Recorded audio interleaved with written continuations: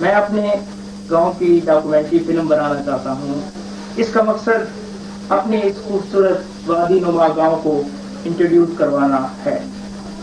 اس کی خوبصورتی، اس کی سادگی، اس کی ترقی، اس کے رہن سہن، رسم و رواج اور سرسبز لہلہاتے کھیتوں کو کیمرے کی آنکھ سے دیکھ کر محفوظ کرنا اور یہاں کے باسیوں کو آپ سے ملانا ہمارا مین مقصد ہے۔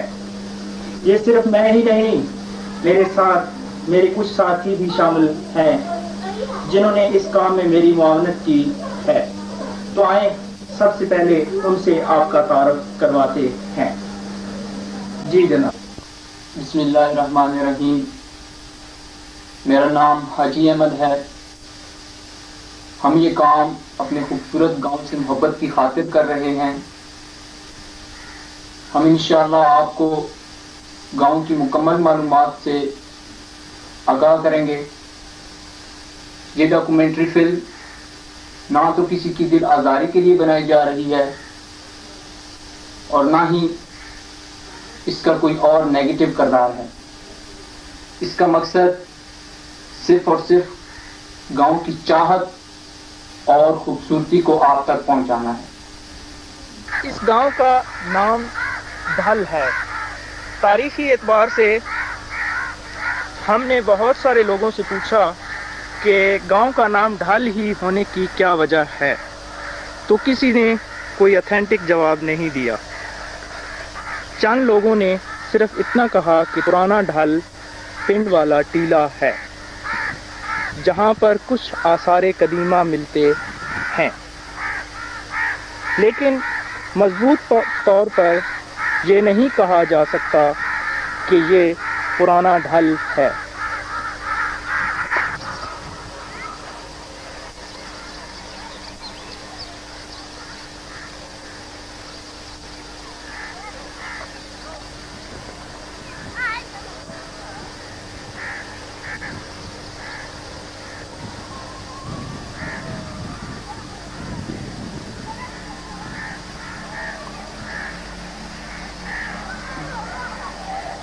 یہ وہ ٹیلہ ہے جس کے بارے میں پہلے آپ کو بتایا گیا ہے کہ یہ پرانا ڈھل ہے، لیکن یہ کوئی اتھینٹک بات نہیں ہے کہ یہی وہ پرانا ڈھل ہے۔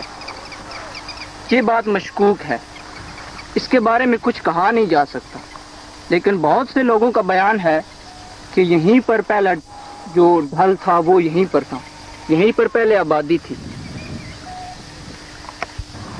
کہا جاتا ہے کہ ایک بہت زیادہ عرصہ پہلے ایک بہت بڑا سیلاب یہاں پر آیا جس نے اس گاؤں کو ملیا میٹ کر دیا، لیکن پھر دوبارہ لوگوں نے یہاں پر مکانات تعمیر کرنا شروع کر دیے ہیں اور رہنا سہنا شروع کر دیا۔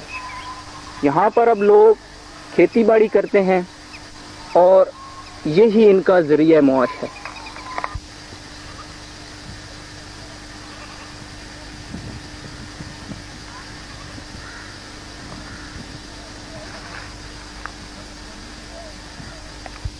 اب ہم لوگ اس ٹیلے کی چوٹی پر موجود ہیں جہاں سے آپ ایک بہت خوبصورت اور دل کو موہ لینے والا نظارہ دیکھ رہے ہیں۔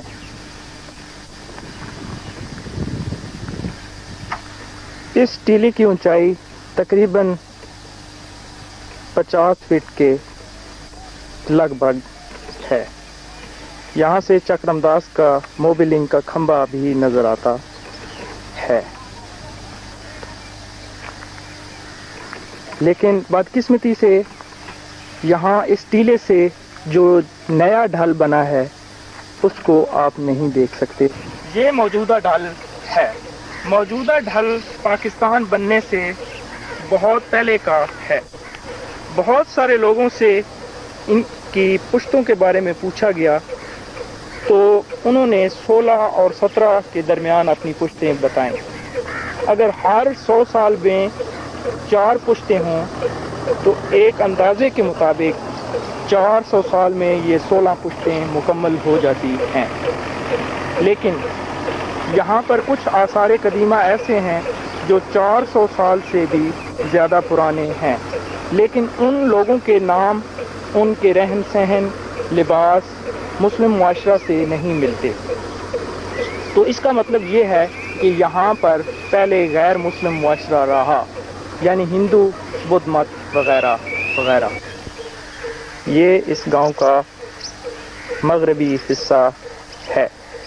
بہت خوبصورت سرسبز شاداب لہلہاتے کھیت۔ یہ دوسری سائڈ پہ سڑک اور ایک سائڈ پہ نہر، خوبصورت نہر جسے شاہ پور برانچ بھی کہتے ہیں۔ گاؤں کے جنوب کی جانب یہ نہر ہے۔ اس نہر کو شاہ پور برانچ کہتے ہیں، جو کہ نہر لوئر جہلم ہیڈ فقیریاں سے نکل کر شاہ پور صدر ضلع خوشاب میں ختم ہو جاتی ہے۔ گاؤں کا بہت سارا رقبہ اسی نہر سے سیراب ہوتا ہے، جس کی وجہ سے یہاں کی زمینیں زرخیز ہیں، کیونکہ زمین کی آبپاشی کے لیے اس نہر کا مرکزی کردار ہے۔ ان تمام تر مفادات کے ساتھ ساتھ نہر کی ایک اپنی خوبصورتی ہے، جو کہ گاؤں کے حسن کو دوبالا کرتی ہے۔